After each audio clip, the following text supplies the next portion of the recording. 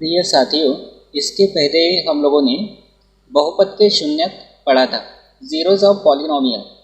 और बहुपद के शून्यक क्या होते हैं? तो चर का ऐसा मान होता है जो बहुपद के मान को शून्य कर दे, उसको हम कहते हैं बहुपद के शून्यक। तो फिर से हम इसको थोड़ा सा पढ़ रहे हैं, बहुपद के शून्यक। तो इसकी डेफिनेशन बनती है कि चर का वह मान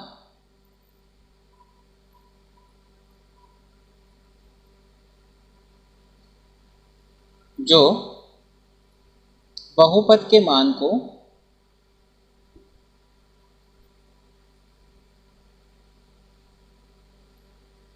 शून्य कर दे,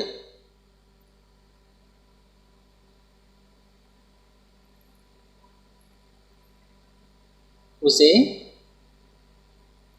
बहुपद के शून्यक कहते हैं।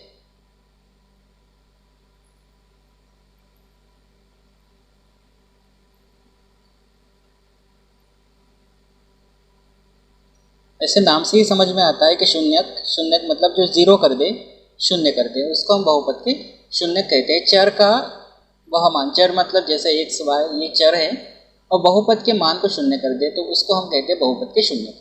जैसे उदाहरण के लिए हमने एक बहुपद लिया, बहुपद को दर्शाते पी एक्स से। पी एक्स बराबर हमने लिया, मान लीजिए 2x माइनस 2। अब यहाँ पे हमको x का ऐसा मान चाहिए जो इस बहुपद के मान को शून्य कर दे। तो हम यहाँ x बराबर 0 रख के देखते हैं। x बराबर 0 रखने पर क्या मिलेगा? P0 बराबर 2 गुना x का मान हम 0 रखेंगे माइनस 2। हल करेंगे इसको, 2 0 0 माइनस 2। P0 का मान यहाँ आ गया माइनस 2। तो ये जो मान है माइनस 2, ये शून्य नहीं है, मतलब बहुपद का मान शून्य नहीं हुआ। बहुपद का मान शून्य नहीं हुआ, और बहुपद का मान शून्य नहीं होने के कारण हम इसको बहुपद का शून्यक नहीं कहेंगे। ये जो चर का जो मान है ये बहुपद का शून्यक नहीं है, क्योंकि उसने बहुपद को शून्य नहीं किया। अब हम यहाँ पे x बराबर 1 रख के देखते हैं, तो यहाँ आएगा P1 बराबर, यहाँ x का मान 1 रखेंगे तो 2 गुना 1 माइनस 2, ये हो जाएगा 2 एकम 2 माइनस 2, तो ये हो जाएगा 0। P1 का मान यहाँ पर आ गया 0, यानी बहुपद का मान कितना आ गया? 0 आ गया। तो बहुपद का मान 0 कब आया? जब हमने x का मान 1 रखा। तो यही जो x का मान है इसको हम कहेंगे चर का मान। तो चर के मान ने क्या कर दिया? बहुपद के मान को शून्य कर दिया। तो हम कहेंगे कि ये जो x बराबर 1 है ये इस बहुपद का क्या है? शून्यक है। शून्यक क्यों है? क्योंकि इसने बहुपद के मान को क्या कर दिया? शून्य कर दिया। तो इसको हम कहेंगे बहुपद का शून्यक। इसलिए हमने डेफिनेशन में कहा कि चर का वह मान जो बहुपद के मान को शून्य कर दे उसे बहुपद के शून्यक कहते हैं। एक तो एक तरीका ये हो गया बहुपद का शून्यक ज्ञात करने का। कैसे? कि आप x का मान रखते जाओ और x का मान रखने के हिसाब से फिर आप देखो कि कब 0 आता है बहुपद का मान। या दूसरा तरीका ये है कि जो बहुपद आपको दिया है उस बहुपद के बराबर 0 रख लो। दूसरा तरीका क्या है कि जो बहुपद आपको दिया है उसके बराबर आप 0 रख लो। तो px बराबर हम 0 रख लेते हैं और देखते हैं x का मान कितना आता है। px का मान हमारे पास 2x माइनस 2 है, वो यहाँ रखेंगे बराबर 0। 2x पक्षांतरण करेंगे तो ये 2 हो जाएगा, 2 का गुणा में है, ये पक्षांतर बटे में चला जाएगा, पक्षांतरण करेंगे तो 2 एकम 2 1 आ जाएगा x का मान। यानी x का मान 1 आ गया कब? जब बहुपद को हमने 0 के बराबर रखा। तो यहाँ पर भी 1 आ गया, यहाँ पर भी 1 आ गया।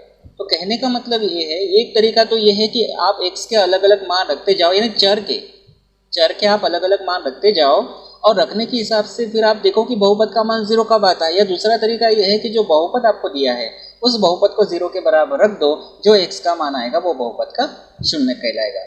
अब ये जो एग्जाम्पल हमने लिया ये है रेखिक बहुपद, लीनियर पॉलिनोमियल। ये रैखिक बहुपद है। रैखिक बहुपद मतलब चर की उच्चतम घात 1 है, तो इसको हम रैखिक बहुपद कहेंगे। तो जो रैखिक बहुपद होता है उसके अधिक से अधिक एक ही शून्यक हो सकता है। अधिकतम एक शून्यक, एक से ज्यादा नहीं हो सकता। अधिकतम एक शून्यक, एक का मतलब कोई भी संख्या हो सकती है, यहाँ एक का मतलब है कोई भी संख्या हो सकती है, तो इसके अधिकतम एक शून्यक होते हैं। मतलब जो रैखिक बहुपद होता है, रैखिक बहुपद के अधिकतम एक शून्यक हो सकते हैं, एक से ज़्यादा नहीं हो सकते। तो रैखिक बहुपद के लिए आप ध्यान रखना। अब हम एक वर्ग समीकरण ले लेते हैं, वर्ग समीकरण जिसको हम कहेंगे द्विघात बहुपद। द्विघात बहुपद, द्विघात बहुपद हम लेते हैं x square minus 3x minus 4, ये हमने ले लिया बहुपद। अब यहाँ हम x के अलग अलग मान रखते हैं। देखिए यहाँ पे जो बहुपद हमने लिया है, इस बहुपद की उच्चतम घात कितनी है, 2 है। तो उच्चतम घात 2 है, तो इसमें अधिकतम 2 शून्यक होंगे, अधिकतम 2 शून्यक होंगे।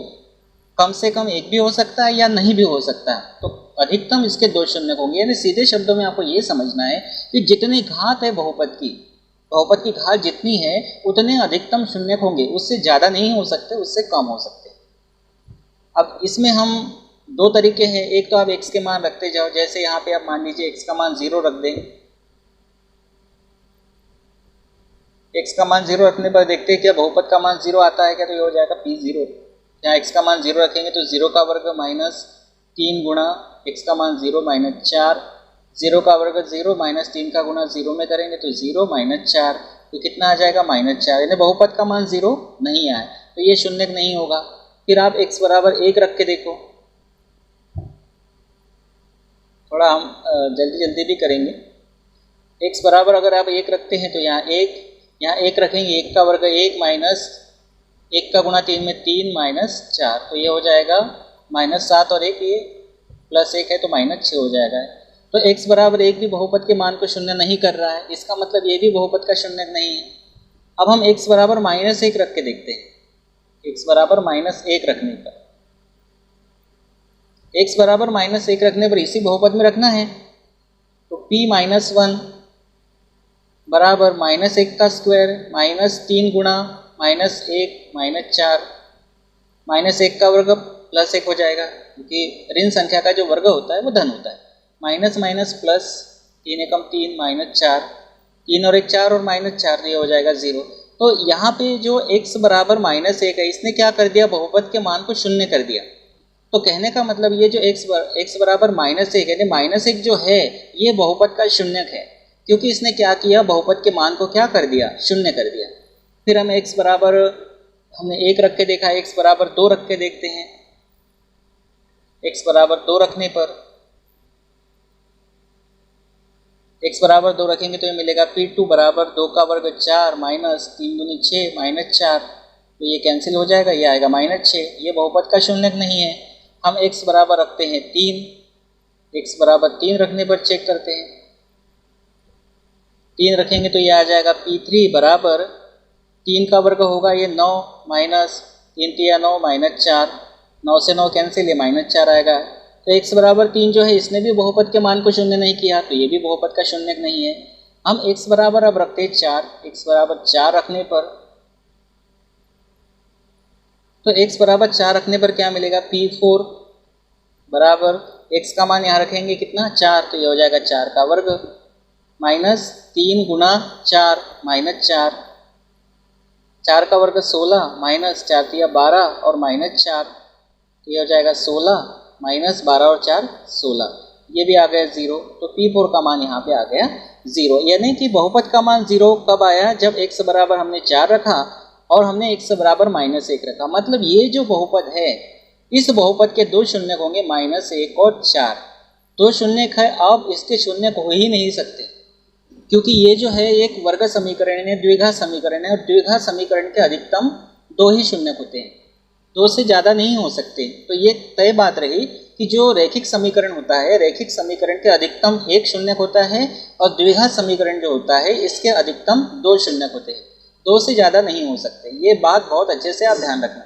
कि जितनी घात का बहुपद है अधिकतम उतने ही शून्यक होंगे, उससे ज़्यादा शून्यक नहीं होंगे। तो ये बहुत अच्छे से आप बात ध्यान रखना। अब दूसरा तरीका क्या है, एक तरीका तो हमने ये समझ लिया कि आप x के मान रखते जाओ और पता करो कि शून्य कितने हैं।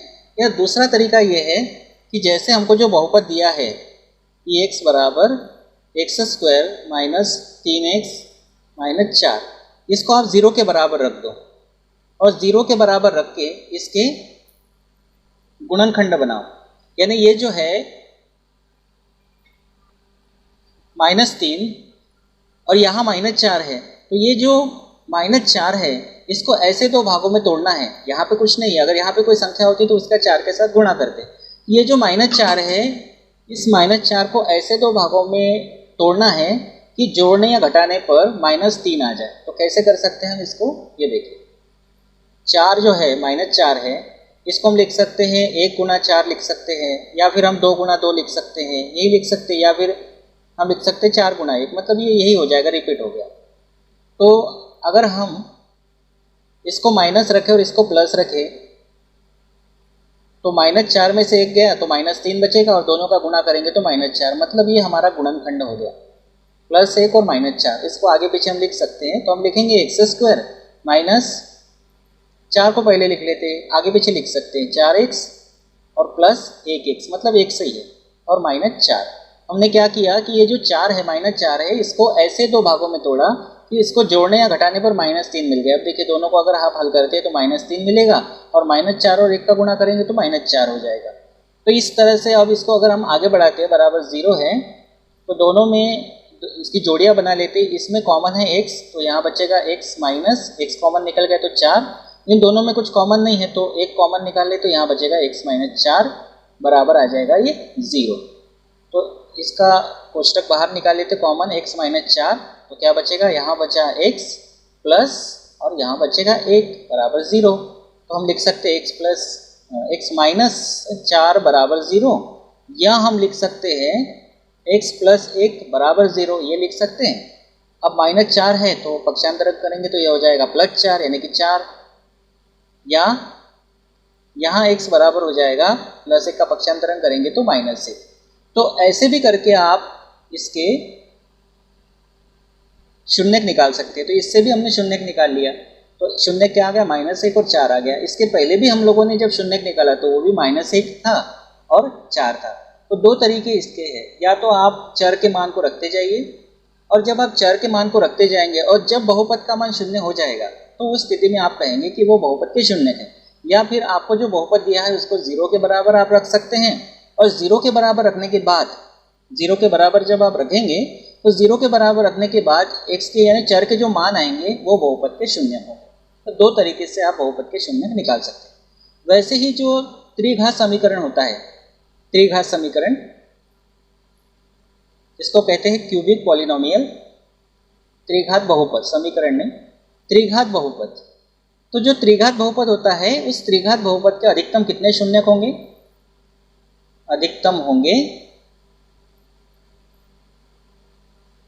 3 शून्यक होंगे, क्योंकि 3 घात वाला है। कम से कम 2 भी हो सकते हैं, 1 भी हो सकता है, या नहीं भी हो सकता। तो इस तरह से आप ध्यान रखना बहुपद का शून्यक क्या होता है कि बहुपद का शून्यक जो है चर का ऐसा मान होता है जो बहुपद के मान को शून्य कर दे, उसे बहुपद का शून्यक कहते हैं। और बहुपद का शून्यक निकालने के दो तरीके, एक तो तरीका है आप चर के मान को रखते जाइए और देखिए बहुपद का मान 0 कब आता है, या फिर दूसरा तरीका ये है कि जो बहुपद है उस बहुपद को आप 0 के बराबर रख देंगे और 0 के बराबर रख के आप चर के मान निकाल सकते हैं। तो इसके दो तरीके हैं बहुपद के शून्यक निकालने के, दोनों ही आपको ध्यान रखना। अब हम ये देखेंगे कि बहुपद जो है, बहुपद के जो शून्यक है उनका ज्यामितीय क्या अर्थ है। अब हम देखते हैं कि बहुपद के शून्यकों का ज्यामितीय अर्थ क्या है। यानी कि हमने जो अभी बहुपद लिया था उसी को हम उदाहरण के रूप में फिर से एक बार लेते हैं। px बराबर है x² - 3x - 4। इस बहुपद में हमने क्या किया था, x बराबर -1 रखा था तो बहुपद का मान हमको 0 मिला था, 0 रखा तो -4, 1 मिला, 1 रखा तो 6 मिलेगा बहुपद का मान। px मतलब आप y मान के चलो, 2 रखने पर -6, 3 रखने पर -4 और 4 रखने पर 0 मिला। यानी हमको बहुपद के दो मान मिले 0 के बराबर, एक तो -1 रखने पर और एक तो 4 रखने पर।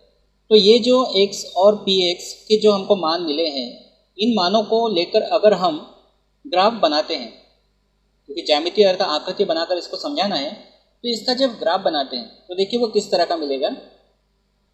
x का मान -1 है तो y का मान 0 है, तो ये इनको हम नंबर दे देते 1 2 3।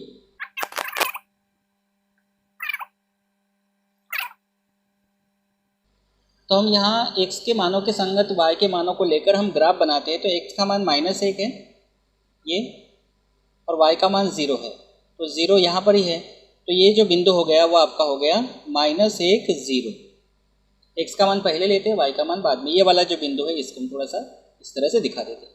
दूसरा, x का मान 0 है और y का मान -4 है, तो 0 तो यहाँ है, x का मान, y का मान -4 ये, तो ये बिंदु हो जाएगा 0 -4, 0 -4। 0 -4 का मतलब x का मान 0 है और y का मान है -4। तीसरा है 1 -6, तो 1 हमको यहाँ देखना है और 6 हम देखेंगे y अक्ष पर। तो 1 और ये 6, तो ये मिलेगा, इन दोनों को अगर आगे बढ़ाते हैं इस तरह से, तो ये यहाँ मिलेगा, ये मिलेगा 1 -6 है, ये यहाँ आएगा इधर इस तरह से, ये यहाँ पे आएगा 1 और ये -6, तो यहाँ मिलेगा। तो ये बिंदु हो गया हमारा 1 -6। उसके बाद अगला है 2 -6, तो 2 हम देखेंगे x अक्ष पर ये, और -6 इधर जाना पड़ेगा, नीचे जाएंगे -6 के लिए, तो ये हो जाएगा ये 2 और ये आ गया -6, तो ये हमारा बिंदु हो गया 2 -6, इस तरह से होगा। फिर अगला है 3 -4, 3 को कहाँ देखना है? 3 को देखना है x अक्ष पर और -4 को देखना है y अक्ष पर। तो 3 हमारा x अक्ष पर ये है और -4 है ये 3 और ये -4, तो ये हो जाएगा 3 -4,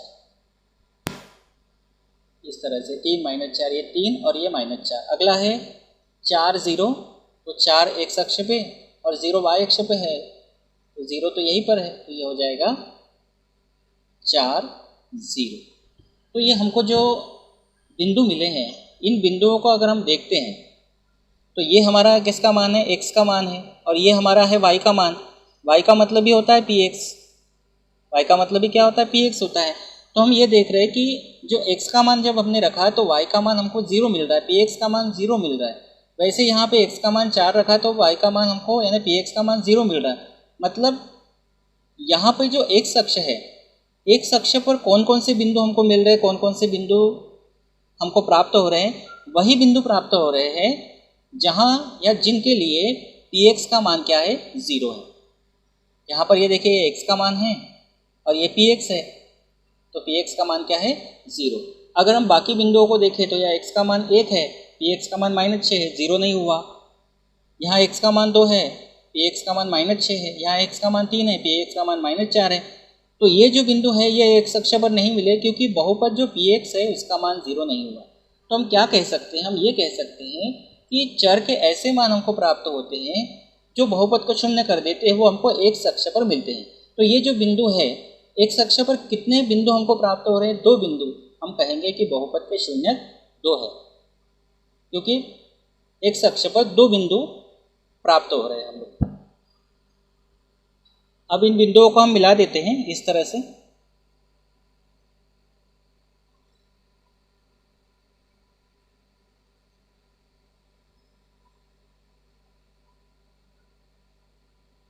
इसको आगे बढ़ा सकते हैं, इसको भी आगे बढ़ा सकते हैं। तो इस तरह से ये जो आपको ज्यामिति मिली है, ये जो आकृति मिली है, एक तरह से इसको कहते हैं परवलय, इसको परवलय कहते हैं। ये इस तरह से भी बन सकता है, खुला भाग इस तरह से भी बन सकता है, या खुला भाग नीचे भी बन सकता है। वो निर्भर करता है, डिपेंड करता है कि हमारा वर्ग समीकरण जो है वो किस रूप का है। तो ये जो ग्राफ आपको दिखाई दे रहा है, ये ग्राफ जो है एक अक्ष को कितने बिंदुओं पर काट रहा है? एक अक्ष को 2 बिंदुओं पर काट रहा है या 2 बिंदुओं पर प्रतिच्छेद कर रहा है। तो हम कहेंगे कि जो हमारा वक्र है या जो हमारा ग्राफ है, ये ग्राफ एक अक्ष को 2 बिंदुओं पर प्रतिच्छेद कर रहा है। इसीलिए ये जो बहुपद हमने लिया है, इस बहुपद के शून्य कितने होंगे? इस बहुपद के अधिकतम 2 शून्य होंगे। वैसे अगर आप रैखिक लेते हैं, रैखिक का एग्जाम्पल लेते हैं, तो आपको मैं उदाहरण न लेते हुए सीधा ग्राफ एकदम सिंपली बता देता हूँ कि इस तरह से मिलेगा। जैसे मान लीजिए एक अक्ष है, ये x डैश है, ये y है, ये y डैश है। तो रैखिक समीकरण, रैखिक बहुपद जब हम लेते हैं, समीकरण नहीं, रैखिक बहुपद जब हम लेते हैं तो हमको एक रेखा प्राप्त होगी। मान लीजिए रेखा ऐसी प्राप्त हो गई, तो इसका मतलब है कि x अक्ष को इस बिंदु पर काट रही है, मतलब जो रैखिक बहुपद होता है उसका एक ही शून्य होता है। या कभी कभी ये होता है कि रेखा काटे ही ना एक शख्स को, इसका मतलब है कि बहुपद के शून्यक होंगे ही नहीं, या बहुपद के शून्यकों की संख्या कितनी होगी, 0 होगी। तो सीधे सीधे आप ध्यान रखना कि जो रैखिक समीकरण होता है, ग्राफी निरूपण हमने समझा, रैखिक बहुपद होता है, समीकरण नहीं बहुपद होता है, तो रैखिक बहुपद के अधिकतम मैक्सिमम एक शून्यक हो सकते हैं। द्विघात बहुपद होता है, द्विघात बहुपद के अधिकतम 2 शून्यक होते हैं, मैक्सिमम 2 zeros। और त्रिघात बहुपद जो होता है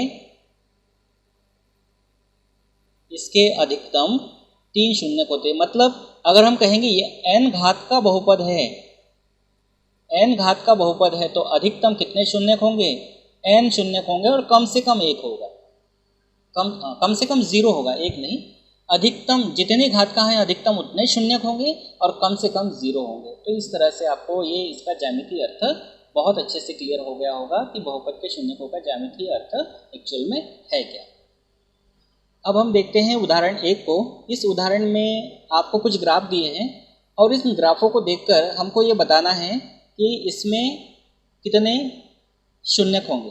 तो सीधा आपको कारण मालूम है कि जो ग्राफ है वो एक अक्ष को कितने बिंदु पर प्रतिच्छेद करेगा, जितने बिंदु पर प्रतिच्छेद करेगा उतने शून्यकों की संख्या होगी। हालांकि कारण नहीं पूछा है लेकिन कारण हम बता सकते हैं। तो बोला है कि नीचे दी गई आकृति 2.9 में, ये 2.9 आकृति दी है, में ग्राफों को देखिए। प्रत्येक आकृति y बराबर px, मैंने कहा आपको px मतलब y है, जहाँ px एक बहुपद है का ग्राफ है। ग्राफों में से या ग्राफों से प्रत्येक के लिए px के शून्यकों की संख्या ज्ञात कीजिए। px मतलब शून्य, बहुपद के शून्यकों की संख्या। अब यहाँ देखिए ये जो ग्राफ बना है ये एक अक्ष को कितने बिंदुओं पर काट रहा है, एक बिंदु पर काट रहा है। हम क्या लिखेंगे, शून्यकों की संख्या कितनी, 1। शून्यकों की संख्या कितनी होगी, 1 होगी।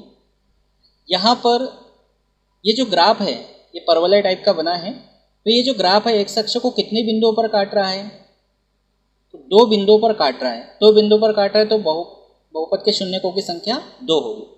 ये ग्राफ है एस के जैसा दिखाई दे रहा है। ये ग्राफ एक अक्ष को कितने बिंदुओं पर काट रहा है, 1 2 3, 3 बिंदुओं पर काट रहा है। 3 बिंदुओं पर काट रहा है तो शून्यकों की संख्या बहुपद के लिए कितनी होगी, 3।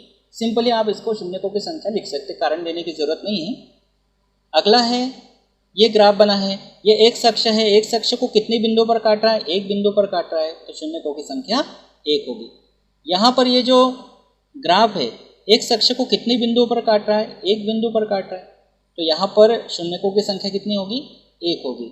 और यहाँ पर ये जो ग्राफ है एम जैसा दिखाई दे रहा है, ये ग्राफ एक अक्ष को कितने बिंदु पर काट रहा है, 1 बिंदु पर, ये दूसरा बिंदु, ये तीसरा और ये चौथा, तो एक अक्ष को 4 बिंदुओं पर काट रहा है तो शून्यकों की संख्या 4 होगी। तो इस तरह से यहाँ शून्यकों की संख्या 1 है, यहाँ 2 है, यहाँ 3 है, यहाँ 1 है, यहाँ 1 है और यहाँ पर 4 है। मतलब एक अक्ष को ग्राफ जितने बिंदु पर प्रतिच्छेद करेगा, काटेगा, तो उतनी शून्यकों की संख्या होगी। अब हम देखते हैं प्रश्नावली 2.1, बहुत ही सिंपल है वो भी। अब है प्रश्नावली 2.1 जो कि बहुत सिंपल है। पूछा है किसी बहुपद px के लिए y बराबर px का ग्राफ नीचे आकृति 2.10 में दिया है, 2.10 में दिया है।